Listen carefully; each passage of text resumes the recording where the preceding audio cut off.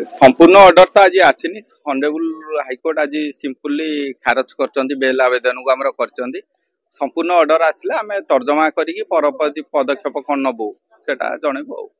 जो तो गोटे लार्जर कन्स्पिरेसी एवं ह्यूज अमाउंट ट्रांजैक्शन माने हेरफेर रही तो एटा गोटे मेजर ग्राउंड थिला ना अलगा नहीं विभिन्न प्रकार ग्राउंड थिला एटा तो गोटे ग्राउंड थिला जो थरे कि सत्यता भी किछि नथिला वर्तमान नुआपड़ा इलेक्शन अदर काम व्यस्त अच्छा दल लोक समस्त परवर्ती पदक्षेप नेबे आज्ञा कौन आपण को ग्राउंड रे प्ली रखिथिले कि तांको जमीन दिया जाऊ आमे डिफरेंट ग्राउंड रखिथिलु एई ग्राउंड गुडाक कोनोसी सत्यता नथिला प्रथमतः एई कोनोसी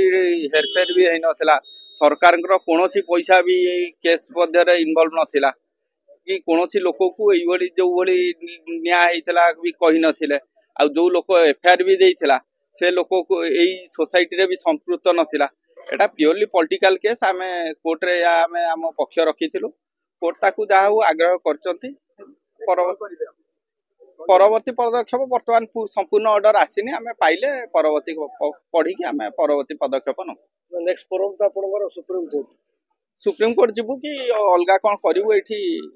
ता विचार करिवु हां सेटा भी गोटे प्रकार खारजर कारण हेइची तथापि आम चेष्टा करूँ किमती कौन हो पार आम परवर्ती पदक्षेप संपूर्ण ऑर्डर आसले जना पड़ो बर्तमान अल्प खाली हाईकोर्ट जस्ट रिजेक्ट कले जन परवर्ती पदक्षेप देले भिडियोटी आपको केमिति लागिला कमेंट करि जणांतु धरित्री लाइव रो यूट्यूब एवं फेसबुक चैनल को सब्सक्राइब करंतु अधिक खबर पाई लॉगिन करंतु www.dharitri.com।